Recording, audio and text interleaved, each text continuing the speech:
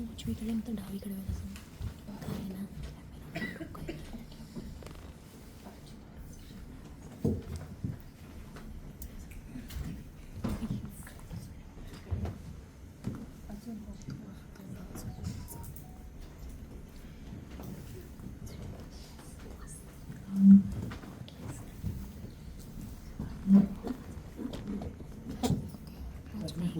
जय जय रघुवीर समर्थ शुका सारी पूर्णजयाचे वसिष्ठापरी ज्ञानयोगेश्वराचे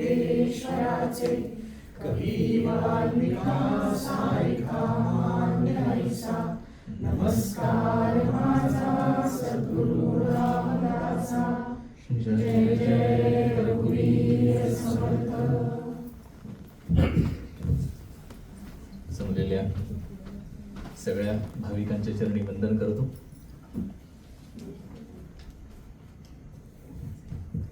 सुट्टी असूनही आपण इथे आलात तर तुम्ही सूट दिलीत तुमच्या इतर कार्यक्रमांना, तर ती सूट मिळाली तसा सुटेबल उपयोग करून घेऊ असा विचार करून आपण रामायणाचा विचार करणार आहोत. बहुतेक आता ना मला पुढल्या वेळी दुबईकर म्हणजे रामायण सोडून काही सांगा, दरवेळी जेव्हा रामायणच सांगता. पण खरं सांगू का, महाभारत घडावं नको असं वाटत असेल तर रामायणाचा अभ्यास करा. रामायण आणि महाभारत ही दोन, बघा ना, महाभारत म्हणता क्षणी कसं डोक्यात येतं आपल्या, महाभारताचं युद्ध सोडून खूप काही आहे. छोटासा भाग महाभारताच्या युद्धाचा आहे, पण गाजतं ते जे गाजले ना ते डोक्यात बसतं पक्क. एखादा मनुष्य आहे तर तो लक्षात कशामुळे राहतो, त्याने काहीतरी प्रॉमिनंट गोंधळ घातला असेल ना तर तो लक्षात राहतो, आहे की नाही. तुम्ही जे आहे म्हणताय ते मोठ्यापणाने म्हणा, मोकळेपणाने. मी इथे प्रवचन द्यायला बसलेलो नाही, आपण चिंतन करायला बसलोय. सो मेक इट क्लिअर, लक्षात ठेवा फक्त. पण मी तुम्हाला काहीतरी सांगावं तर ते तुमच्या आयुष्यात नेहमी घडत असतं ना, तेच आपण विचार करत असतो. कारण माझं आयुष्य आणि तुमचं आयुष्य काही वेगळं नाही बघा, सगळं सारखं आहे. फक्त आपले फरक कुठे पडतो, पेहरावात फरक पडतो, डेफिनेटली वेशभूषेत फरक पडतो. आणि तुम्ही जे मोकळेपणाने करू शकता आणि बोलू शकता ते मी करू शकत नाही आणि बोलू शकत नाही. बरोबर आहे. आता बघा, तुम्ही ते प्रवचनाला आलेत आहात, तुम्ही मोकळेपणाने जाऊ शकता की नाही. मला आहे का ती सूट, म्हणजे इट्स दॅट. तर आता मुद्दा काय आहे हा सगळा, की ह्या ज्या सगळ्या घटना आहेत आपल्या डोक्यात बसतात, ते त्या विशेष वैशिष्ट्यपूर्ण एखाद्या गोष्टीमुळे बसतात. So it is linked with it. आता मी ती व्यक्ती कशा बरोबर लिंक करायची हे आपल्या हातात असतं. आणि ते ठरवतं काय, आपल्यामधला सत्वगुण, रजोगुण आणि तमोगुण हे ठरवतं. मी जर सत्वगुणी असेल तर मी चांगल्या त्याचे गुणधर्म लक्षात ठेवतो, वाईट बघत नाही. का दिसतं पण मी बघत नाही. फरक आहे ना. आता प्रत्येक नाण्याला बाजू असते, प्रत्येक व्यक्तीला चांगली आणि वाईट बाजू असतेच असते, आणि ती माझ्या अनुभवाला येतच असते. मी नाण्याची कुठली बाजू लक्षात ठेवायची हे मी ठरवायचे. मला जर चांगल्या बाजूचा अनुभव आला नाही म्हणून मी हे गृहीत धरून चालत नाही की त्या नाण्याला दुसरी बाजू नाहीये. आणि मला चांगल्या बाजूचाच अनुभव आला म्हणजे त्याला वाईट बाजू नसणार आहे असंही गृहीत धरून चालत नाहीये. आणि त्याला म्हणायचं बिईंग न्यूट्रल. आपण असतो का कधी, अहो न्यूट्रलवर गाडी नाही चालत, म्हणजे नसतो आपण कधी. आणि it is a fact, so we accept it. आणि त्याला म्हणायचं ह्युमन बिहेवियर. हे ह्युमन बिहेवियर आहे. आणि ह्याचा आपल्या सगळ्या ऋषी मुनींनी छान अभ्यास केला. आणि ऋषी मुनींनी जो अभ्यास छान केला ते लिहून ठेवलं. आणि म्हणून आपल्यावर त्यांचे अनंत उपकार आहेत. त्याने लिहून ठेवलं म्हणून मला कळतंय, कळण्याची शक्यता आहे. आणि गंमत अशी आहे, त्यावेळे सुद्धा आणि आत्ता सुद्धा पळसाला पानं ठरलीत. बरोबर आहे. त्यावेळेत 10 पानं नव्हती आणि आता 3 पानावर आलेलं नाही. त्यावेळेत ती तसंच होतं. म्हणजे मनुष्य वागतो कसा हे ठरलेलं आहे. त्याचे बाह्यांग वागण्याचे बदलतात, पण त्याचं अंतरंग जे आहे ना ते तसंच्या तसं आहे. प्रत्येकाला समाधान हवंय. आपण हे ऐकतो समाधान हवंय. आपली गंमत बघा कशी आहे. मी धडपड सुखासाठी करतो आणि मिळवायचंय समाधान. सांगतो तुम्हाला हे पटेल, कदाचित पटलं असेल. आता मी बसलोय त्यासाठी, सो तुम्हाला हे सहन करायचंय. तर मी बाईक घेतली. बाईक मी आता इथलं सांगत नाही बरं, माझे उदाहरण इंडियातली असणार आहे. पण तुम्ही अजूनही लहान असताना इंडियात केव्हा तरी होतात, बरोबर आहे? तुमचं नाही, मागच्या पिढीचं सांगतो. तर तुम्ही लहान असताना तरी इंडियात होतात. सर तिथले जे बेसिक प्रॉब्लेम्स आहेत ना ते अगदी खरं सांगा तुमच्या डोक्यातनं गेलेले नाहीत. ते जे प्रॉब्लेम्स गेलेले नाहीत ना, म्हणून तुम्ही ह्यांच्यावर आपलं लागताय. कळलं? पण आता मी त्यांना एक्सप्लेन करणार. पण आता आपण पुढे जाऊ. तर मी बाईक घेतली. बाईक घेतल्यानंतर माझ्या लक्षात आलं, मी बाईक घेऊन जोरात गेलो आणि सिग्नलला थांबलो आणि मग माझ्या बाजूला 4 चाकी येऊन उभी राहिली आणि मग माझ्या डोक्यात ट्रिगर झालं, तो एसीत आहे. बरोबर आहे? म्हणजे तो कसा आहे? बस. मी कसा आहे? नुकतीच बाईक घेतलीये, सो मी सुखात हवा होतो, पण मी सापेक्ष विचार केला. माझं सुख सापेक्ष आहे. बरोबर आहे? तो सुखात आहे हे मला रिअलाइज केव्हा झालं? मी उन्हातनं आलो तेव्हा नाही रिअलाइज झालं, तो आल्यावर रिअलाइज झालं. ते सापेक्ष आहे. बरोबर? आता मी गाडी घेतली 4 व्हीलर आणि उभा राहिलो सिग्नलवर. माझ्या बाजूला रेंज रोवर आली. आता काय झालं? मी एसीत आहे, तो पण एसीत आहे. आता माझी सापेक्षता बदलली. मी सांगा सुखात आहे की नाही? पण मी समाधानात नाही. सो मी धडपडतोय समाधानासाठी, पण माझा मार्ग जातोय सुखाकडनं. ज्या क्षणी मी समाधानाचं लिंकेज सुखाशी असणारं काढून टाकेन, त्या क्षणी माझं समाधान अखंड असणार आहे आणि त्याला हानीच नाही. ती ज्यांची स्थिती त्यांचे इथे फोटो आहेत. त्या स्थितीपर्यंत जायचंय. पण मग ह्या स्थितीपर्यंत जाऊ कसं आपण? How is it possible? त्याचा ज्यांनी विचार केला त्यांना म्हणायचं ऋषीमुनी, त्याने लिहून ठेवलं त्यांना म्हणायचं वेद. वेद म्हणजे जाणणे, कळणे, समजणे, उमगणे. वेद. आता वेद कळतायत? नाही म्हणा. मला माहितीये नाही कळत आहे. मी तुम्हाला नाही म्हटलं बरं, मला म्हटलं. आता तुम्ही लावून घेतलं ओके, पण वेद नाही कळत आहे. वेद मला कळले नाही, मला कळत नाही. मग वेदांसाठी कळवून देण्यासाठी म्हणून ऋषीमुनींनीच दुसरे ग्रंथ लिहिले. मग महाभारत आहे, रामायण आहे, ते वेदांमधलंच नॉलेज आहे. पण त्यांची सांगण्याची हातोटी पद्धत बदलली. कारण वेदांमध्ये तेच आहे जे रामायण महाभारतात आहे. महाभारत हा 5वा वेद, रामायण वाल्मिकी रामायण 5वा वेद धरतात. आता रामायण महाभारत कळतायत? पटपट म्हणा. कळतात की नाही? पण सगळं कळत नाही, त्यातलं नेमकं कळत नाही. म्हणून त्याच्यावर संतांनी टीका केली. टीका केली म्हणजे त्याच्यावर ग्रंथ लिहिले. मग समर्थांनी दासबोध लिहिला, ज्ञानेश्वर महाराजांनी ज्ञानेश्वरी लिहिली. ते ज्ञान तसंच आहे, सांगण्याची हातोटी अजून बदलली. आता अगदी खरं सांगा,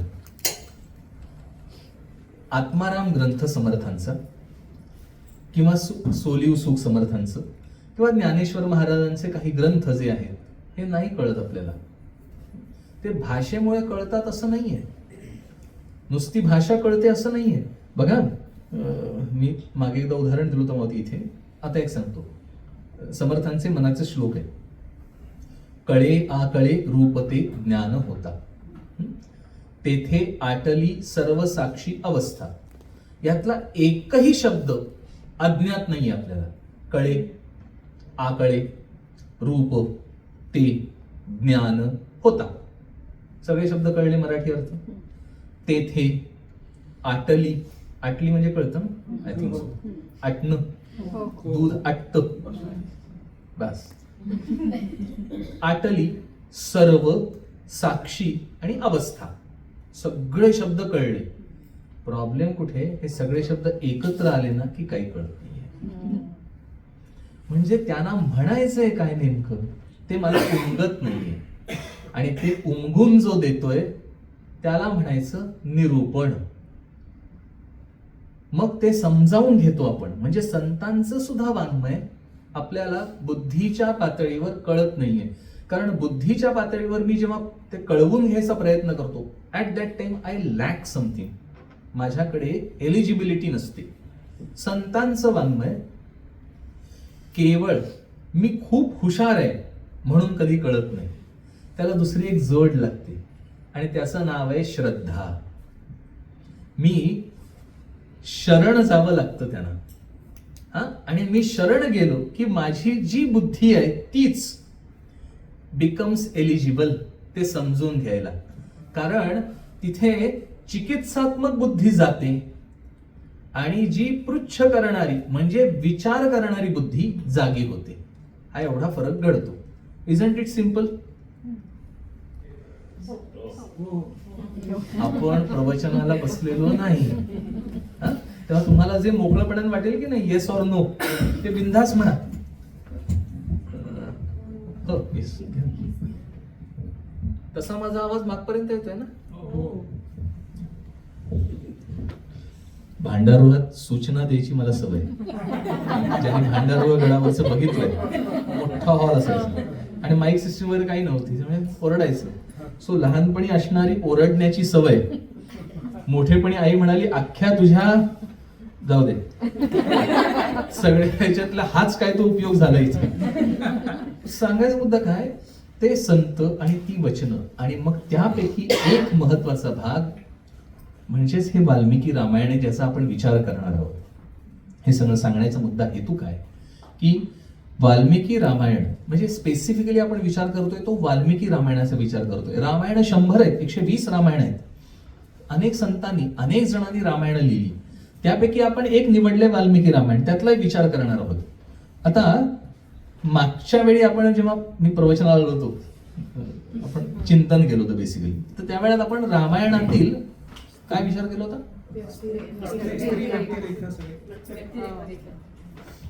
मी अपेक्षा केली होती कोणाला काही लक्षात नाही, त्या हिशोबाने मी नोट्स काढून आणले. बर, तर व्यक्तिरेखा बघितलेल्या होत्या. कसं कोण काय वागलं, बोलल्यावर विचार नव्हता केला, हे मला स्ट्राईक झालं. म्हणून ह्या वेळी आपण त्यांच्यातले संवाद आहेत ना ते बघायचा प्रयत्न करणार आहोत. आता मला सांगा, आपण सिरियल बघतो तेव्हा काय बघतो?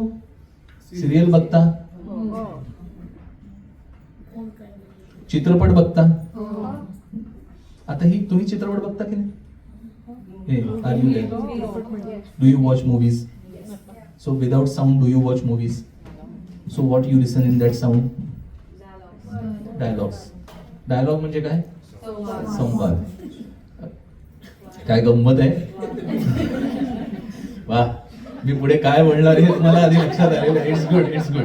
तर आपण सगळ्या ठिकाणी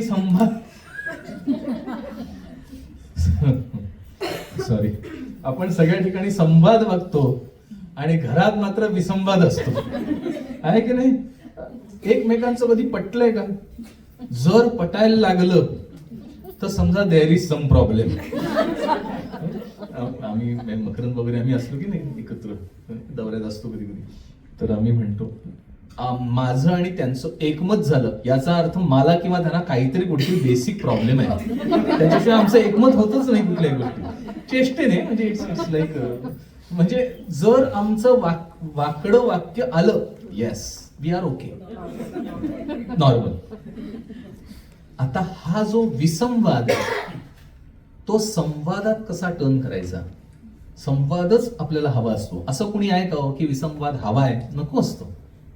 इट स्टार्ट्स विथ संवाद ऑलवेज. नाही मला अनुभव नाही बरं, तुमचाच अनुभव आहे की नाही? इट स्टार्ट म्हणजे ते स्टार्ट होतं ना तेव्हा संवादातनं सुरू करायचा प्रयत्न असतो असं म्हणूया.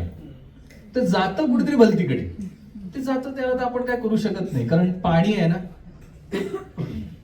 ते त्या चॅनलनेच जाणार आहे. आता आपण चॅनल खणताना तसा खणलाय. मग योग्य कसा खणायचा हे जे शिकवतं त्याला म्हणायचं रामायण.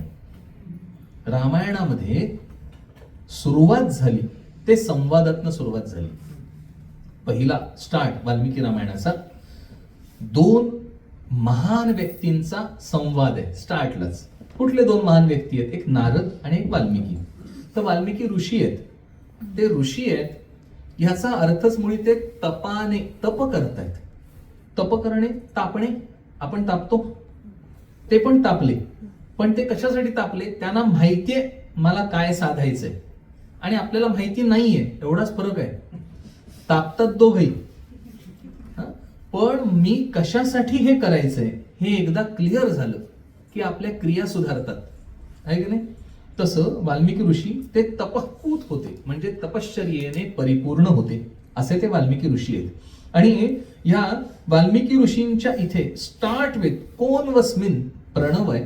वाल्मिकी ऋषींच्या रामायणाला सुरुवात झाली तो प्रणवाने, ओम प्रणवाने सुरू झालं.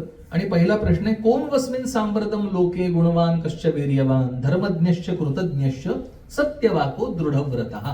हे सगळी लक्षणं दिलीत. ही सगळ्या लक्षणांनी युक्त असा कोण आहे? संवाद करतायत 2 जण, एक वाल्मिकी ऋषी आणि एक नारद मुनी. म्हणजे 2 महान विचारवंत, 2 महान तप करणारे, 2 महान संयमी अशी जण एकत्र बोलतायत. आणि आपण नेहमी संवादच ऐकत असतो. सगळ्या सिरियल मध्ये संवादावरच खेळ चालतो. एक तर तो लोकांबरोबर किंवा आपल्या स्वतःबरोबर, आहे की नाही? आपण आपल्याशी बोलतो की नाही? 100% बोलतो. ज्यांचे स्वतःचे संवाद बाहेर यायला लागतात त्यांना आपण वेड म्हणतो. वास्तविकता आपण तेच करत असतो की नाही? फक्त ते व्यक्त व्हायला लागलेले नाहीत तोपर्यंत आपल्याला शहाणं धरतात. पण संवाद आहे, म्हणजे मुद्दा काय आहे? संवादाचा आहे. असे 2 जण. सो याच्यामध्ये मुख्य मुद्दा, ज्यांचा स्वतःवर संयम आहे असे काहीतरी बोलतायत. आणि ज्यांच्यावर स्वतःवर संयम आहे ते जर बोलत असतील तर त्याला महत्व आहे, कारण मला ते साधायचंय. गंमत सांगतो. आपण सगळ्यामध्ये घरी चाकू असतो, त्याची धार जाते, कमी होते धार. काय करतो आपण? धार लावतो. सो धार कशाने जाते? वापरून धार जाते. करेक्ट. आपल्या सगळ्यांच्या बुद्धीला एक धार असते. प्रपंच सुरू झाला की धार जाते. बरोबर आहे? प्रत्येकाला वाटत असतो की मी दाखवतो किंवा दाखवते. बरोबर आहे? ज्याने प्रपंच थोडा केला की समजतं काही दाखवता येणार नसतो. बरोबर आहे? म्हणजे वापरल्यानंतर ती धार जाते. का जाते? We accept. So the basic thing is acceptance. आणि त्याला म्हणायचं संयम. तुम्हाला कळतं की नाही? सांगून उपयोग नाहीये. आणि केव्हा तुम्ही स्टॉप करता सांगायचं? जेव्हा कळतो आणि वळतो. नुसतं कळलंय आणि वळलेलं नाही तोपर्यंत स्टॉप होत नाही. म्हणजे माझं वळवणं जे आहे ना ते माझ्या बुद्धीच्या पातळीवर नसून मनाच्या पातळीवर आलं ते वळलं म्हणून धरतो. म्हणजे मनाच्या पातळीवर ज्याचं आलेलं आहे त्याला म्हणायचं संयमी, हू कॅन कंट्रोल. आपल्या इथे क्रोधावर ताबा सांगितलेला आहे. मागे मी एकदा बोललो होतो, क्रोधावर ताबा याचा अर्थ क्रोध नष्ट करणे नाही. मला जितका हवाय, जेवढा वेळ हवाय आणि ज्याच्यावर हवाय त्याच्यावर तितकाच मी करू शकणे, याचा अर्थ क्रोधावर ताबा येणे. आणि आपल्या इथे क्रोधावर ताबा सांगितलाय. क्रोध नष्ट करायचंच नाहीये, त्याचा वापर करायचा आहे. सो माझ्या सगळ्या गुणधर्मांचा मला वापर करता आला पाहिजे, त्याला म्हणायचं संयमी. असे 2 अत्यंत संयमी लोक बोलतायत. काय बोलतायत? तर त्यांनी प्रश्न विचारलाय, असा पराक्रमी कोण? हा तो संवाद आहे. आणि त्या प्रश्नांची उत्तरं दिलीत नारद मुनींनी. नारद मुनी फार महान आहेत. मागच्या वेळी मी सांगितलं होतं बहुतेक, नारद मुनी किती महान आहेत.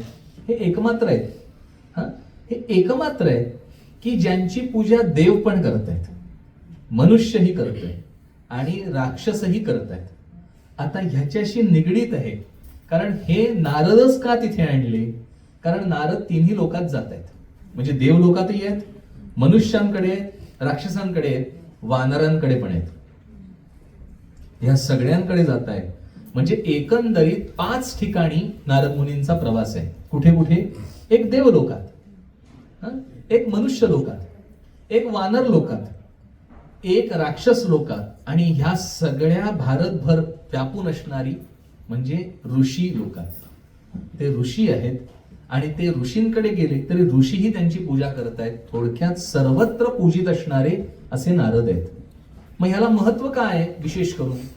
तर रामायणाचा विचार करत असताना मला फक्त पात्रांचा विचार नाहीये, तर पात्र ज्या ठिकाणी घडतंय त्या बेसचा विचार आहे. What is the base? तर त्या आहेत संस्कृती. एक आहे अयोध्या म्हणजे मनुष्य संस्कृती, त्याच्या खाली आहे ती किष्किंधा म्हणजे वानर संस्कृती, आणि त्याच्या खाली आहे लंका, ती आहे राक्षस संस्कृती. या 3 संस्कृतींचा अभ्यास आहे. बघा, वाल्मिकी रामायणामध्ये अयोध्या नगरी भांडण आहे, म्हणजे सॉर्ट ऑफ. भरत म्हणतोय तू राज्य घे आणि राम म्हणतोय तू राज्य घे. वाद आहे, पण कोणी राज्य, प्रत्येक जण दुसऱ्याला राज्य देण्यासाठी भांडतोय. ती आहे मनुष्य संस्कृती. त्याच्या खाली आहे किष्किंधा, तिथे पण वाद आहे. फक्त सुग्रीव म्हणतोय मला ठेव, वाली म्हणतोय मी मलाच ठेवीन. आणि त्याच्या खाली आहे रावण, ज्याने विभीषणाला मारायचा प्रयत्न केलेला आहे. राज्य तिन्ही संस्कृतींमध्ये ही गोष्ट कॉमन आहे, राज्यासाठी वाद आहे. मनुष्य संस्कृती ही सत्वगुण प्रधान आहे आणि म्हणून मला नको तू घे, ही झाली मनुष्य संस्कृती. त्याच्या खाली आहे रजोगुण प्रधान संस्कृती किष्किंधा. ही किष्किंधा संस्कृती जो फिट आहे तो त्याच्याकडे ठेवतोय. आणि त्याच्या खाली तमोगुण आहे. या तमोगुणामध्ये विभीषण हा सत्वगुणी जरी असला तरी रावण तमोगुणी असल्यामुळे त्या सत्वगुणाच्या तीव्रतेची त्याला ओळख पटली नाही आणि म्हणून त्याने त्याला हकलून दिलं. हे तमोगुण प्रधान संस्कृती आहे. आता मला सांगा, आपल्याला कोणाचं राज्य हवंय? रामाचं राज्य हवंय. शुअर. आपल्या घरात कोणाचं राज्य आहे? नाही, उत्तर देऊ नका. Just don't. आपलं आपल्याकडे ठेवा. पण आता इथून घरी गेलात ना की जस्ट टॅली, माझ्या घरात कोणाचं राज्य चालतं. मग हे टॅली का करायचंय? कारण माझ्या घरात ज्याचं राज्य आहे त्यापासनं मला ज्याचं राज्य हवंय तिथपर्यंत घेऊन जायचंय मला. ते माझं कर्तव्य आहे. And it is very difficult. आहे की नाही डिफिकल्ट? तुमचं तुम्ही ठरवा, तुम्हाला किती उड्या मारायच्या. सो माझी ही संस्कृतीचा अभ्यास म्हणजेच रामायणाचा अभ्यास आहे. या 3 संस्कृतींचा अभ्यास आहे, सत्व, रज आणि तम. प्रणव आहे अ, उ आणि म, त्रिगुणात्मक आहे प्रणव. त्याच्यामध्ये एक अर्धचंद्र आहे, माहिती आहे सगळ्यांना? प्रणवाला एक अर्धचंद्र आहे. त्याला म्हणायचं शुद्ध सत्व. ते सत्वगुण नाही, तो सत्वगुणाची पुढची पायरी आहे शुद्ध सत्व. ती संस्कृती कुठे आहे याच्यामध्ये? तर ती संस्कृती आहे ऋषीमुनींची संस्कृती. ती थ्रूआउट इंडिया, भारतभर ती संस्कृती पसरलेली आहे. आणि ती शुद्ध सत्व, याचा अर्थ तिथे वादच नाहीये, तिथे राज्यच नकोय. कारण आम्हाला राज्य आणि राज्यातून निर्माण होणारं सुख नकोय. त्यांनी डिटॅच केलंय सुख आणि समाधान. त्यामुळे ते समाधानाचे पायिक आहेत, ते सुखाचे पायिक नाहीत. ते वनात राहत आहेत. वनात सुख आहे का? नाही. आणि त्याचं वर्णन आहे, त्याचं वर्णन स्वतः प्रभू रामचंद्र करतायत. कोणाला? सीतेला. त्या दोघांचा संवाद जो आहे आपण त्याच्याकडे येणार आहोत नंतर. तर राम आणि सीता यांच्या संवाद आहे. राम निघाले, प्रभू निघाले वनामध्ये, आणि वनामध्ये निघाल्यानंतर सीतेला सांगायला गेले की असं असं मी वनात जाणार आहे. आणि तिथे जो संवाद आहे तो सीता म्हणते मी का येईन तुझ्या बरोबर, आणि राम म्हणतोय तू का येऊ नकोस माझ्या बरोबर. असा दोघांचा संवाद आहे. काय कमाल आहे. मला पुढे काही विचारायचं नाही, तिकडे जायचंच नाही आपल्याला. आपण तो संवाद बघत असताना ना very clear, keep it in mind, तो त्रेतायुगातला संवाद आहे. मध्ये अख्खं द्वापार युग गेलंय, आणि आता आपण ज्या युगात आहोत त्याचं वर्णनच करू नका. पण गंमत अशी आहे, माणसाचं मी सुरुवातीला सांगितलं तसं मूलभूत गरजा सेम आहेत. म्हणून आजही आपल्याला असं वाटतं रामराज्य यावं, कारण माझी गरज ती आहे. माझी गरज समाधानासाठी आहे. आता आपण सुखात बसलोय की नाही, नाईलाजाने हो म्हणा. आपण सुखात आहोत, बरोबर आहे. पण आता मी जर असाच किचकट बोलत राहिलो तर तुमचं समाधान हलणार आहे. हलणार आहे की नाही? नाही, पटकन हो म्हणा, मला खात्री आहे त्याची. मला माहिती आहे माइंड कसं काम करतं ते. It's that way. म्हणजे सुख आहे, समाधान जाणार आहे बाहेर. मी ऑफिसमध्ये बसलोय, मागितलं मी उदाहरण दिलं होतं. 2 जण आहेत, एक मॅनेजर होते, आणि तो मॅनेजर बसलेत केबिन मध्ये, बराच वेळ त्यांचं काहीतरी काम करताना. तो जो वॉचमन असतो ना, तो कुलप लावणे आहे अजून प्रथा, कुलप लावत तो जातो खाली. आता साहेब बसलाय, याला हलता येईना, नाईलाजाने बसलेला आहे. बाकी सगळा स्टाफ गेलाय. मॅनेजरने कॉल केला, त्याचा ड्रायव्हर बोलावला, and yes he just went outside. त्याने लॉक केलं. आता मॅनेजरने चेक करायचं ठरवलं की तो लॉक लावतोय की नाही. सो त्याने लॉक बिक सगळं लावलं. मॅनेजर म्हटलं चल एकाच लिफ्ट मधनं जाऊ, वेळ नको जायला तुझाही. दोघेही उतरले खाली, वॉचमन आणि मॅनेजर. सो 2 डिफरंट पोस्ट आहेत हायरार्कीच्या दृष्टीने, बरोबर आहे. दोघेही बाहेर आले. मॅनेजरची गाडी समोर आलेली होती. तो काय शेफर म्हणतात, तो आला, हातातली बॅग घेतली, ठेवलं, बसला गाडीत, गाडी निघाली. वॉचमन होता, तो पुढे गेला एसटी स्टॉपवर. एसटी तो वाट बघितली, एसटी आली, गाडी सरकली. पुण्यामध्ये ते BRT माहिती तुम्हाला सगळ्यांना वेगळं केलेलं रूट आहे ना. सो तो तर आता ह्याची गाडी आणि त्याची गाडी ट्रॅफिक मध्ये दोघे समान आलेले आहेत. तुम्हाला ते सिच्युएशन डोक्यात येते ना, दोघे ट्रॅफिक मध्ये समान असे बसले. आता वॉचमनने मॅनेजरकडे बघितलं, मॅनेजरने वॉचमनकडे बघितलं, दोघांनी एकमेकांकडे बघितलं, दोघे आपापल्या नादात आहेत. जो मॅनेजर तिथे बसलेला आहे तो मला सांगा सुखात आहे की नाही? स्वतंत्र गाडी आहे, सगळं everything whatever he wants it is there in his car, त्याला पाहिजे ते. ऑन द कॉन्ट्ररी वॉचमन कडे काही सुद्धा नाहीये. त्याला बसायला सीट मिळाली पण ते काही नाही बाकीचं. तो निवांत बसलाय. हा निवांत नाही बसू शकत स्वतःच्या गाडीत, त्याच्या डोक्यातले विचारच जात नाहीत. He is waiting. काय वॉचमन जो इज वेटिंग. आता स्टॉप आला की मी घरी उतरेन, मजेत जाईन, अमक तमक, is relaxed. He is not. So सुखात कोण आहे? मॅनेजर. समाधानात कोण आहे? We need to detach. सुख आणि समाधान हे मी आपण डिटॅच करू शकत नाही. किंवा मी इतकं अटॅच केलंय ना, माझं समाधान आत्ताच्या काळात तर परावलंबी झालंय. बिलीव्ह मी, परावलंबी आहोत आपण. कसं उदाहरण देतो, मी जेवायला बसलो, बाहेर गेलो हॉटेलमध्ये, डिश आली आणि मी इंस्टाग्रामवर काहीतरी लोड करतो, आणि माझं आता समाधान त्याच्या येण्या लाईक्सवर अवलंबून झालंय. बरोबर आहे. म्हणजे माझ्या समोर जे सुख आणि समाधान एकत्रित स्वरूपात जरी आलं तरी मी परावलंबी करून ठेवलंय. किती आणि परावलंबी जेवढं होऊ तेवढं मी दुःखासाठीचं कारण असणार आहे. किती वाईट आहे ना. मी परावलंबी झालोय प्रत्येक गोष्टीत. पूर्वी आम्ही सगळे मित्र एकत्र बसलो, एन्जॉय केलं, तो त्याच्या घरी, मी माझ्या घरी, संपला विषय. आता मी घरीच असतो तरी एन्जॉय काही सुद्धा करू शकत नाही मित्रांबरोबर असलो तरी, कारण परावलंबित्व आलंय. आणि परावलंबी असू नये. जेवढं परावलंबी कमी तेवढा तो समाधानी असतो, तो सुखात असेल असं नाहीये. Coming back to the point, ही जी ऋषी संस्कृती आहे ही सुखाचा त्याग केलेली आहे, समाधानात मात्र परिपूर्ण आहे. आणि असे समाधानात परिपूर्ण असणाऱ्या लोकांना, दोघा जणांना समाजाची काळजी वाटली आणि म्हणून त्याने एकमेकांना प्रश्न केले आणि एकमेक उत्तर घेत आहेत. वास्तविक पाहता वाल्मिकी ऋषी फार महान आहेत. रामायण आपण जर बघितलं तर वाल्मिकी ऋषींच्याच आश्रमाजवळ पहिल्यांदा चित्रकूटाच्या इथे प्रभू रामचंद्र आलेत. ते वाल्मिकी ऋषींचाच आश्रम आहे जवळ. त्याच्यानंतर सीतेला सोडलं अगदी शेवटी, ते सुद्धा वाल्मिकी ऋषींच्याच आश्रमाजवळ सोडलेलं आहे. कुठेतरी नेऊन सीतेला सोडलेलं नाही, वनात सोडलं. व्हेर? वाल्मिकी ऋषींच्या आश्रमाजवळ ही नेऊ. कारण वाल्मिकी ऋषींची योग्यता काय आहे?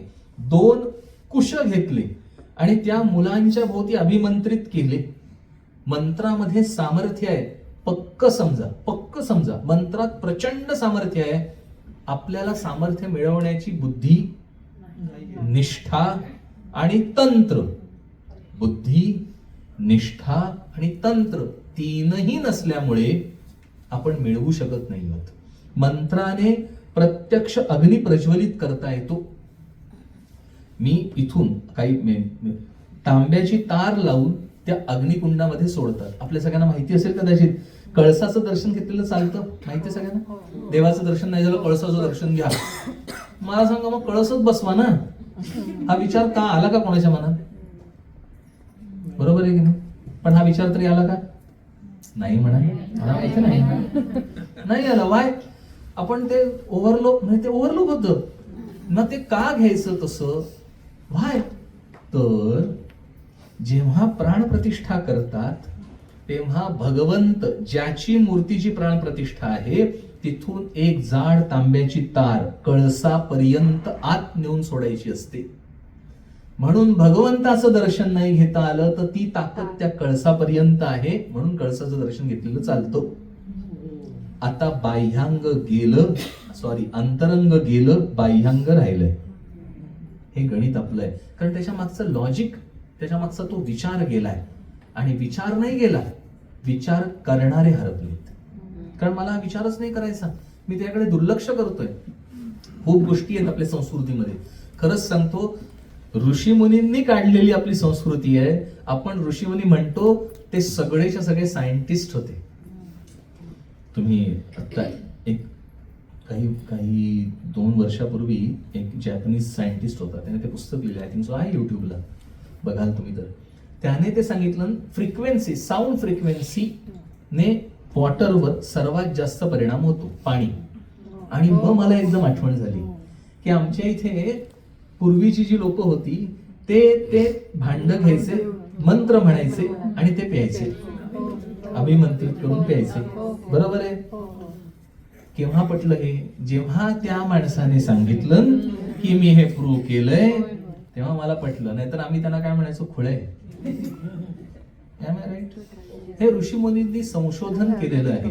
पाणी, आणि म्हणून चित्ताला पाण्याची उपमा दिली. चित्तावर परिणाम करायचा असेल तर मंत्र म्हणा, परिणाम होतो, 100% होतो. मंत्रात सामर्थ्य आहे.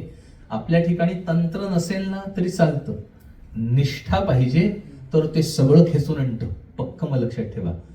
असे 2 जण जे परिपूर्ण आहेत त्यांच्यातला हा संवाद आहे. आणि तो सगळा संवाद म्हणजे हे वाल्मिकी रामायण आहे. म्हणून त्याला महत्त्व आहे. काय संवाद झाला? त्याने विचारलं, सर्वात श्रेष्ठ राजा कोण, सर्वात नीतिमान राजा कोण? 36 गुण. आपले ते 36 लोक, सॉरी नको त्या विषयाकडे जायला. तर 36 गुणधर्म सांगितलेत प्रभूंचे. आणि त्याच्यावर अजून सांगितलेत हे इतके 40-42 इतकी सगळी लक्षणं आहेत प्रभूंमध्ये. आणि असे प्रभू आहेत त्याच्या चरित्राचा अभ्यास केलेला आहे. वाल्मिकी ऋषी होते त्या वेळामध्ये, त्यांना माहिती नाही का? नाही. इथे लक्षात घेण्यासारखं आहे. असं मला वाचत असताना प्रश्न पडला की प्रत्यक्ष प्रभू 2-3 वेळा वाल्मिकी ऋषींच्या आश्रमात जाऊन आलेत. वाल्मिकी ऋषी इतके महान आहेत, बघता क्षणी समजणार आहे हु इज ही. ते जाऊ दे, आपल्याला कळतं की नाही हा माणूस शहाणा आहे का वेडा आहे? कळतं की नाही?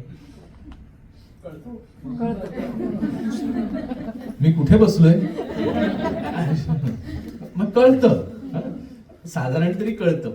हा खरं बोलतोय का खोटं बोलतोय याचा एक अंदाज येतो की नाही आपल्याला? येतो म्हणा. कारण हा जर अंदाज नसेल येत तर बिलीव्ह मी, तुम्ही खरंच शहाणे आहात. सुखी आहात. कारण ना बुद्धी सरळ विचार करत नाही आणि सरळ विचार करणारी बुद्धी हल्ली सापडत नाही. मुद्दा वाल्मिकी ऋषी आहेत, त्यांना माहितीये प्रभू काय आहेत, यांची काय सामर्थ्य आहे, काय ताकद आहे. मग नारदानं का विचारलं? वाय कशासाठी विचारायचं, काही कारणच नाही. तसं नाहीये ते. आत्तामध्ये आणि त्यावेळेच्या बुद्धीमध्ये फरक काय होता? जिथपर्यंत माझी बुद्धी आहे ती पूर्ण आहे का? नाहीये, ती अपूर्ण आहे. माझ्या बुद्धीच्याही पलीकडे ज्यांची बुद्धी जातीये असे नारद आहेत. तेव्हा त्यांच्या बुद्धीला ज्याची गवसणी पडणार आहे ती माझ्या बुद्धीला पडणार नाही, म्हणून त्यांना विचारूया. किती क्लिअर आहे. मी हुशार आहे असं ज्याला वाटतं आणि मला कळतंय पण सगळं कळत नाही, ह्यातला शहाणा कोण? दुसरा. मी प्रश्न काय विचारला बघा, तुमचं लक्षात आलं का?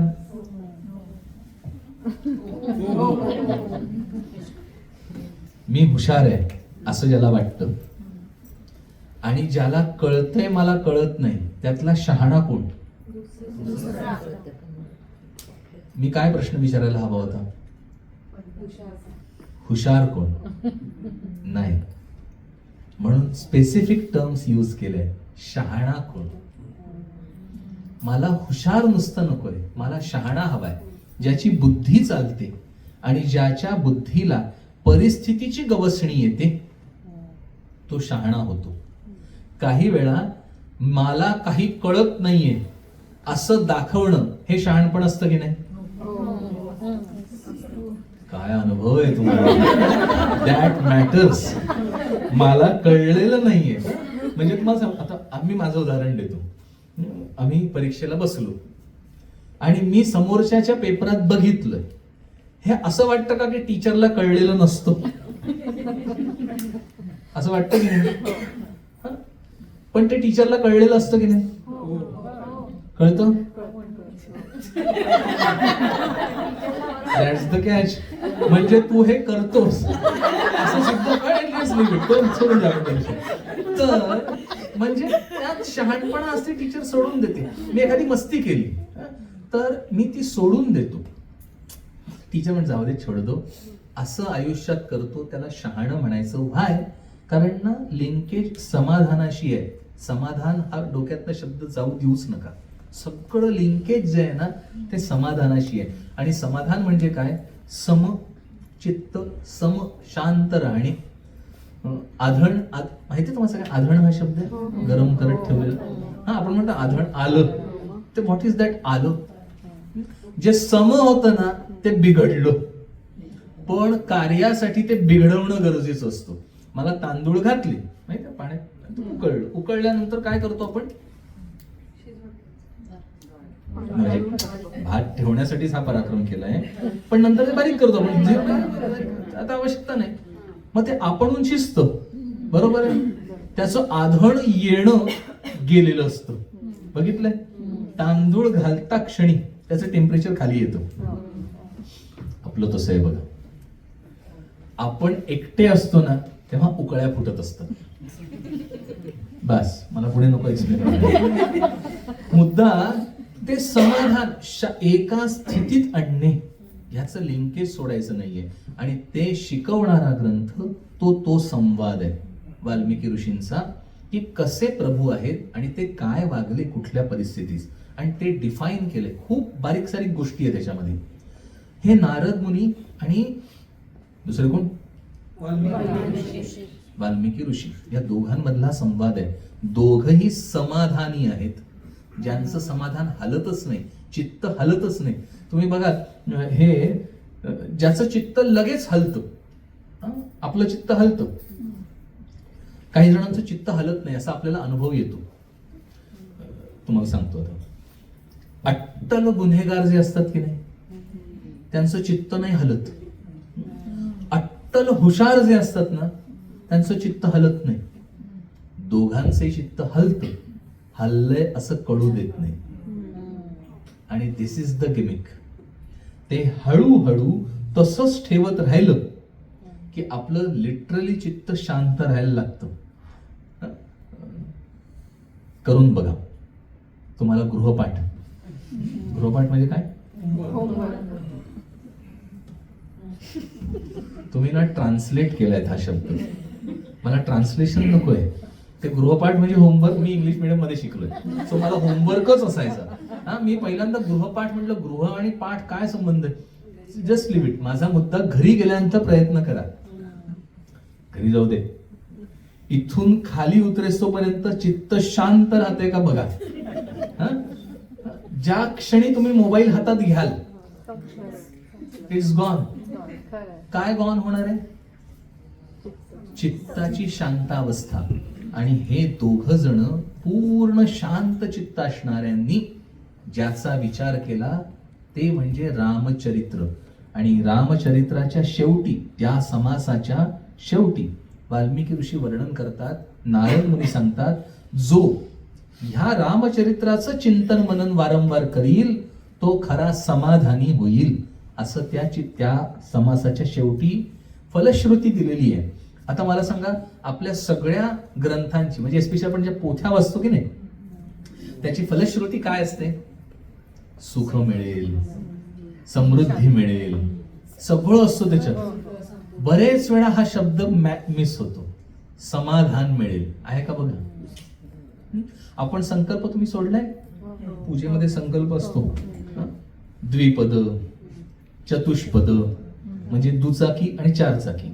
हल्लीच्या काळात द्विपद, चतुष्पद, सहितानाम क्षेम स्थैर्य अभय आयु आरोग्य ऐश्वर्य अभिवृद्ध्यर्थम.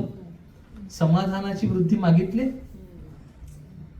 पण मग हे लिहिले ग्रंथ कोणी? ऋषी मुनींनी. पण हा विचारच नाही केलेला, याच्यात समाधान किधर आहे भाई? समाधान नाहीये. कारण त्यांना हे सांगायचंय, हे सगळं मिळवलं तर समाधान जाणार आहे. तुम्ही सुख मिळवू शकणार आहात, समाधान जाणार आहे. म्हणून हा संवाद आहे दोघांचा. यातनं तुम्ही विचार काय कराल हे शिकवलेलं आहे. हा पहिला संवाद झाला नारद आणि वाल्मिकी ऋषींचा. याच्यामध्ये पुढला एक संवाद आहे, त्याचा आपण विचार करूया, थोडक्यामध्ये विचार करू. दुसरा संवाद जो आहे ज्याचा आपण विचार करणार आहोत तो राम आणि भरत.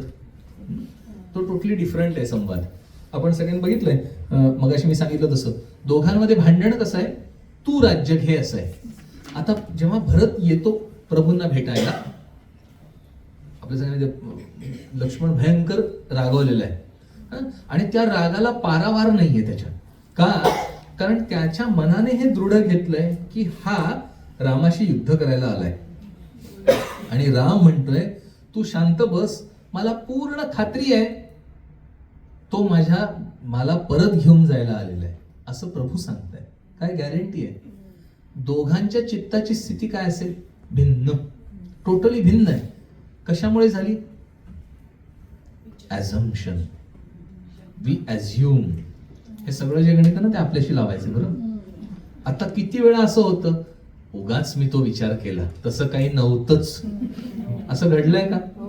प्रत्येकाच्या आयुष्यात घडतं. काही कारण नसतं, मला अशी भीती वाटली म्हणून धडाधड आपण ऍक्शन घेऊन मोकळं करतो. आणि मग असं वाटतं उगाच घेतली ती ऍक्शन, काही गरज नव्हती. आता याचं छोटस उदाहरण देतो.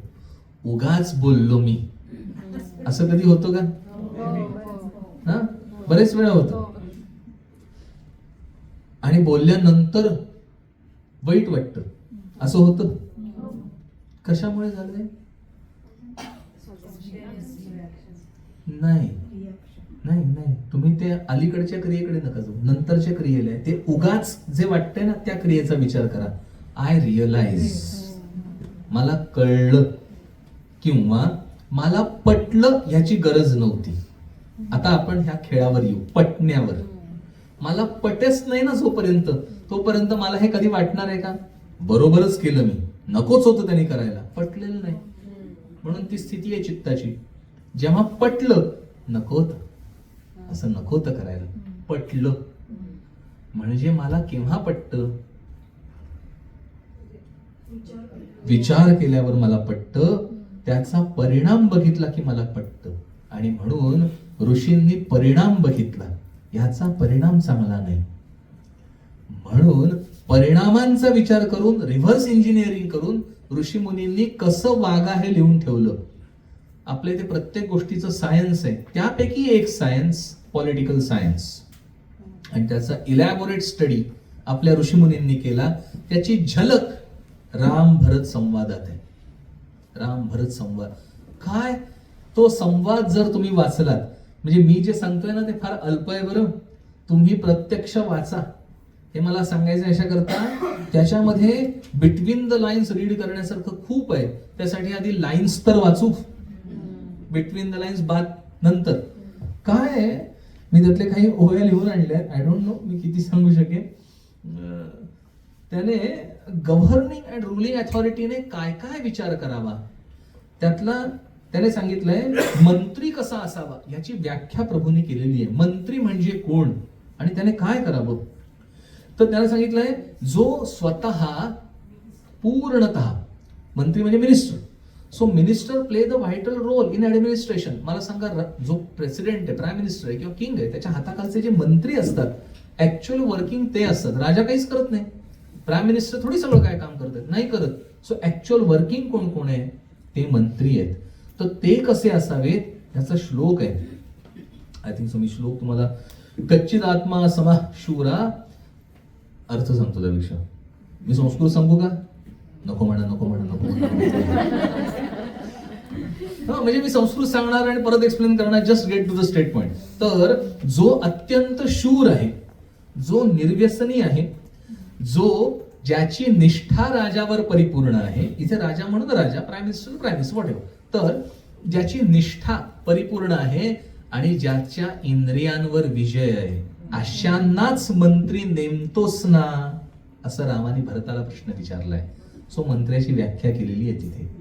आता सेनापती कोण आहे? जो स्वतः युद्धात जायला घाबरत नाही, जो स्वतःच्या देहावर उदार आहे आणि ज्याला युद्धकला निपुण असून ज्याच्या इंद्रियांवर ताबा आहे. सो दोन्ही ठिकाणी इंद्रियांवर ज्यांचा ताबा आहे असेच नेमणूक करतोस ना. वाय? कारण ज्याचा इंद्रियांवर ताबा नाही त्याला भुलवणं सोपं आहे. आणि मंत्री फिरला, राज्य फिरलं. आणि भारताचा इतिहास काढून बघा, राज्य हरलेत ते राजा नाही हरला, मंत्री फिरले म्हणून राज्य हरलेत. पूर्ण history, through out history, go for it, तेच कारण आहे. मंत्री फिरले. रणांगणात प्लासीची लढाई का हरले? काढा शोधून. कुतुब गोळकोंडा का हरले? काढा शोधून. कारण गेले मंत्री, ते लढलेच नाही, सेना घेऊन गेले आणि शामीलच झाले समोरच्या शत्रूला. It's gone. का? कारण इंद्रियावर संयम नाही. त्यांना भुलवण्यात आलं, तुला राज्य देतो, just come to our side, that's gone. म्हणून राजा कसा असावा, मंत्री कसा असावा याची व्याख्या केली. त्याच्यानंतर त्याने सांगितलंय, महत्वाचा मुद्दा विचारलाय प्रभूंनी, सेनेला आणि तुझ्या सगळ्या लोकांना जे तू वेतन देतोस ते वेळेवर देतोस की उशिरा देतोस हे विचारलंय. कारण उशिरा दिला गेणाऱ्या वेतनाच्या मुळे सगळी लोक राजावर नाखुश असतात असं प्रभू सांगतायत. म्हणजे किती बारीक सारीक प्रश्न विचारले. आणि महत्वाचा भाग त्याने विचारले, राजदूत तू नेमतोस कसा? तर त्याला सांगितले, तू ज्याची राजदूत म्हणून नियुक्ती करतोस तो, त्याला क्रायटेरिया लाव, तो आपल्या देशाचा निवासी आहे ना. पहिला किती लागू पडतंय बघा, मी नाही पुढे जात, जस्ट लेफ्ट टू यू. तो आपल्या देशाचा निवासी आहे ना, तो विद्वान आहे ना, तो कुशल आहे ना, तो प्रतिभाशाली आहे ना. प्रत्येक शब्दाचे वेगळे अर्थ आहेत. त्या अर्थाकडे नको जायला, नाही तर मराठी व्याकरणाचा क्लास होईल. पण तो विद्वान आहे ना, तो प्रतिभाशाली आहे ना, आणि तू सांगितलेलं नेटक्या शब्दात मांडतोय ना, हे विचारलंय. काय परफेक्ट लागू पडतंय ना. असा तो राजदूत आहे. त्याच्यानंतर आता जे राम भरत संवादातला पीक पार्ट आहे, त्याने सांगितलं, तो श्लोक तुम्हाला मी म्हणून दाखवतो, जस्ट मजा म्हणून. कच्चिदष्टादशान्येषु स्वपक्षे दशपंचच पुरे. का 18 आणि 15 असे दोन आकडे घातले, त्यांच्यावर तुझं लक्ष असतं ना. मग 18 क्या चीज आहे आणि 15 क्या चीज आहे? 18 कोण कोण? तर दुसऱ्या राज्याचे 18 आणि तुझ्या राज्यातले 15 ह्यांच्यावर तुझे 3 स्वतंत्र हेर काम करतात ना. आणि रामाने ते शब्दात फक्त विचारलंय. याचं कारण पूर्वी ह्या सगळ्या लोकांना ते पंचवर्ग, त्रिवर्ग, दशवर्ग अशी वर्णन आहेत वाल्मिकी रामायणामध्ये. तर ते 3 वर्ग म्हणजे काय, 3 गोष्टी म्हणजे काय, त्या 3 वर्ग याचा अर्थ 3 गोष्टी हे शिकवलं जायचं. त्यापैकी एवढ्याच आपण बघूया कोण कोण आहेत. तर 15 म्हणजे मंत्री, पुरोहित, युवराज, सेनापती, द्वारपाल. अंतःपुराचे द्वारपाल म्हणजे राजाचं जे मुख्य अंतःपुर असायचं त्याचे द्वारपाल. त्याच्यानंतर अंतरपुराध्यक्ष, अंतरपुराचा अध्यक्ष नेमलेला असायचा. त्याच्यानंतर कोषाध्यक्ष, कारागृहाध्यक्ष, सचिव. त्याच्यानंतर त्या सगळ्यांना देणार सचिव आणि त्या सगळ्यांना वेतन देणारा, सगळ्या महत्वाच्या महालाच्या आणि सगळ्या लोकांचा वेतन देणारा. त्याच्यानंतर कारागृहाध्यक्ष, कोषाध्यक्ष, प्रदेश म्हणजे ग्राउंडचं काम करणारा, नगराध्यक्ष, कार्य निर्माण करणारा, धर्माध्यक्ष, सभाध्यक्ष म्हणजे राजसभेचा जो अध्यक्ष आहे तिथे वर्किंग करणारे सगळ्या लोकांचा. त्याच्यानंतर दंडपाल जो दंड देतो, ऍक्च्युअल एक्झिक्यूट जो करतो दंड सांगितलेला तो, दुर्गपाल, राष्ट्रपाल आणि वनरक्षक. राष्ट्र सीमेचा अध्यक्ष म्हणजे राष्ट्र सीमेचा अध्यक्ष असायचा. अध्यक्ष का लागतो, कारण अख्ख्या राष्ट्राच्या सीमेचं रक्षण करतोय अशी 1000, 1500, 2000 माणसं त्यांच्यावर तो जो अध्यक्ष आहे राष्ट्र सीमेचा. किती सांगितले, 18 सांगितलेत. ह्या सगळ्यांच्या मागे 3 हेर आणि त्याने डायरेक्ट राजाला रिपोर्टिंग आहे. आता ते झाले 18. मग आपले 15 कोण, हे सगळे दुसऱ्या राष्ट्राचे. जितकी राष्ट्र आपल्या भोवती असतील गुणिले 3 गुणिले 18 एवढे हेर. आणि आता आपल्या राज्यात गोंधळ घातला म्हणजे मग त्यातले 3 सोडायचे पहिले म्हणून 15 आणि दुसऱ्यांचे 18 सांगितले. तर आपल्याला 3 कोण, मंत्री, पुरोहित आणि युवराज यांच्या पाठी वगळून इतर जे सांगितले त्यांच्यावर. मग ह्या तिघांचं काय, यांच्या तिघांवर म्हणे आपल्या राष्ट्रातले 3 हेर पुरत नाहीत, 6 करा. It's not that way. युवराज नेमला त्याच्या पाठी हेर लावायचे. तो आपल्याला युवराजाचा राजा करणार नाही ना, आहे ना. दिल्लीचे सगळे सम्राट बघा, प्रत्येकाने आपल्या बापाला तुरुंगात टाकलंय, प्रत्येकाने. काय कमाल आहे. आपल्या इथे तसं घडायचंच नाही बरं, आपल्या इथे तसं घडतच नसे. कारण ज्याला राज्य द्यायचंय तो राज्यपदावर योग्य झाला की तत्क्षणी हे वनवासात निघायचे, आधीच निघायचे. जस्ट हे तू आता सांभाळ बाबा. कारण राजाच्या हाती नुसतं नसायचं, राजसत्तेवर धर्मसत्ता होती, आता ती गेली. आणि धर्म म्हणून धर्माध्यक्षाचं नाव घातलंय त्याच्यात. धर्माध्यक्षावर पण हेर नेमायचं आहे, तो काही चुकीचं सांगत नाही ना. काय, आणि हे सगळं वर्णन आहे बरं वाल्मिकी रामायणात. आणि हा भरत आणि राम संवाद आहे. आपल्याला फक्त जे दाखवलं जातं ना टीव्ही सिरियल मध्ये, यातलं काही दाखवतात का हो, माहितीच नाही. मग चूक कोणाची आहे.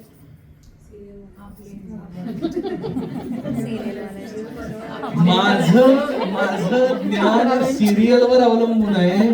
हे किती वाईट आहे. तुम्हा सगळ्यांना जे आतून पटलं की नाही त्याने मला आनंद झालेला आहे. येन केन प्रकारेण तुम्ही मूलभूत ग्रंथ वाचायला घ्या. बघा, मी काहीतरी वाचलं आणि त्यातनं माझ्या चमच्यात जे आलं ना तेवढं तुमच्या ताटात येणार आहे. मूलभूत खूप आहे, खूप वाईट. पण हा जस्ट त्याला इंडेक्सिंग म्हणतात ना, तसं आपलं इंडेक्सिंग चालू आहे. तर असा हा जो संवाद आहे, याच्यानंतर मग अजून पुढे संवाद झाला. हा राज्य कसं करशील ह्याचं वर्णन आहे हे सगळं. आता त्याच्या पुढचा जो संवाद आहे जो सगळ्या सिरियल मध्ये दाखवला जातो, तू ये बाबा, काय झालं तरी असं कर तसं कर. वसिष्ठ ऋषी म्हणतात तू आला पाहिजेस काय झालं तरी. राम म्हणतात मी येणार नाही, राजाची आज्ञा आहे.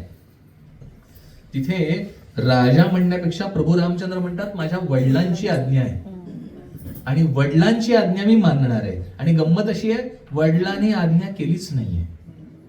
वाल्मिकी रामायणात दशरथ राजा एकदाही रामाला म्हणत नाहीत वनात जा. काय कमाल आहे ना.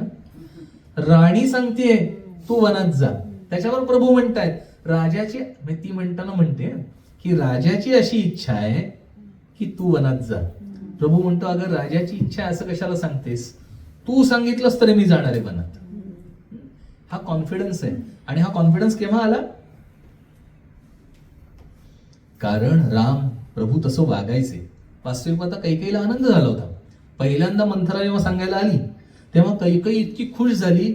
वाल्मिकी ऋषी वर्णन करतात, ती कैकेयी म्हणाली ती मंथरेला, तिला कुबड होतं. कुबड म्हणजे कळतं पाठीचा भाग. तर ती चेष्टेने म्हणते तुझं कुबड मी सोन्याने सजवेन. का? कारण राम राजा होणार आहे. तोपर्यंत तिला ट्रिगर काही होत नाही. जेव्हा ती मंथरा म्हणते की ज्याप्रमाणे तू कौसल्येला त्रास दिलायस त्याप्रमाणे आता राम जर युवराज झाला तर कौसल्येची तू दासी होशील, असं जेव्हा ती म्हणते तेव्हा ते ट्रिगर करतं. तोपर्यंत ट्रिगर होत नाही. ट्रिगर कशाचं झालंय? दासी होण्याचं नाही. ट्रिगर त्याचं नाही झालं. ट्रिगर कर्माचं फळ भोगणार ह्यामुळे ट्रिगर झालेलं आहे. आपण कर्माचं फळ भोगायला तयार नसतो. बघा, विचार करा, मी कर्म करतो, मी चूक केली की मी काय करतो? कव्हर करायचा प्रयत्न करतो नेहमी. का? कारण त्या केलेल्या कर्माचं फळ भोगायला मी तयार नसतो. दिस इज द रिझन. ज्या क्षणी माझा तो ऍक्सेप्टन्स वाढतो, मी ही चूक केली, मला भोगायचंय. थोडक्यात मला डायबिटीस आहे आणि मी साखर खाल्ली तर काय होणार आहे? त्रास होणार. शुगर वाढणाऱ्यापेक्षा त्रास जो होणार आहे तो मी ऍक्सेप्ट करतो की नाही? मी ऍक्सेप्ट नाही करत, लोक ऍक्सेप्ट करायला लावतात आदर पाठ. तर कर्माचं फळ भोगायला मी तयार नसतो. आणि दिस इज द प्रॉब्लेम. आणि म्हणून आपल्या शास्त्रामध्ये हे पक्क सांगितलेलं आहे, जे कर्म करशील त्याचं तुला फळ भोगायचंय. आणि हा संवाद आहे. भरत सांगतो, आपल्या सगळ्यांना त्याच्यातलं सांगतो, ते प्रसिद्ध ओळ आहे ना, दोन ओंडक्यांची होते एक लाट, यथा काष्ठंच काष्ठंच समेयाता महार्णवे. हे तिथे आहे वाल्मिकी रामायणात. दोन काष्ठ एकत्र आले महार्णव समुद्रामध्ये. समेत्य तू व्यापेयातां कालमासाध्य कंचन. लाट आली आणि बाजूला झाले की ते काळाने बाजूला केल्याप्रमाणे आयुष्यात परत भेट होत नाही. हे तिथे वाक्य. त्याच्यानंतर काय छान सांगितलंय आपल्या इथे, प्रत्येक गोष्टीचा अंत कशात आहे प्रभू त्याला समजावून सांगताय. प्रत्येक गोष्टीचा अंत, प्रत्येकाला अंत आहे. बरोबर आहे की नाही? प्रवचनाला पण अंत आहे. डोंट वरी, सगळ्याला अंत आहे. सो त्याच्यात ते आलंय. पण प्रत्येक गोष्टीला अंत आहे. कशाचा अंत कशात आहे हे प्रभू सांगतात. सर्वे क्षयांता निचयाः पतनांता समुच्छ्रयाः संभोगा विप्रयोगांता मरणांतश्च जीवितम. प्रत्येक गोष्टीला कशाने कशाचा अंत आहे. प्रत्येक गोष्टीला अंत आहे. कशात कशाचा आहे? तर सगळ्या संग्रहाचा शेवट विनाशात आहे. मी ज्या ज्या गोष्टी संग्रह करतोय त्याचा अंत विनाशात आहे. लौकिक उन्नतीचा अंत पतनात आहे. संयोगाचा अंत वियोगात आहे. आणि जीवनाचा अंत मरणात आहे. आहे की नाही? प्रत्येक गोष्टीला अंत आहे. आणि मी हे विसरतो, माझ्या विस्मरणात जातं. मलाही अंत आहे. आणि ते विस्मरण होणं हे त्रासदायक आहे. म्हणून ते जे संवाद आहेत ते संवाद आपण बघत गेलो की आपल्याला हे स्मरण राहणार आहे, मी वागायचंय काय आणि मला साध्य काय करायचंय. बाकीचे संवाद आपण उद्याला बघूया. आता इथे थांबूया. जय जय रघुवीर समर्थ.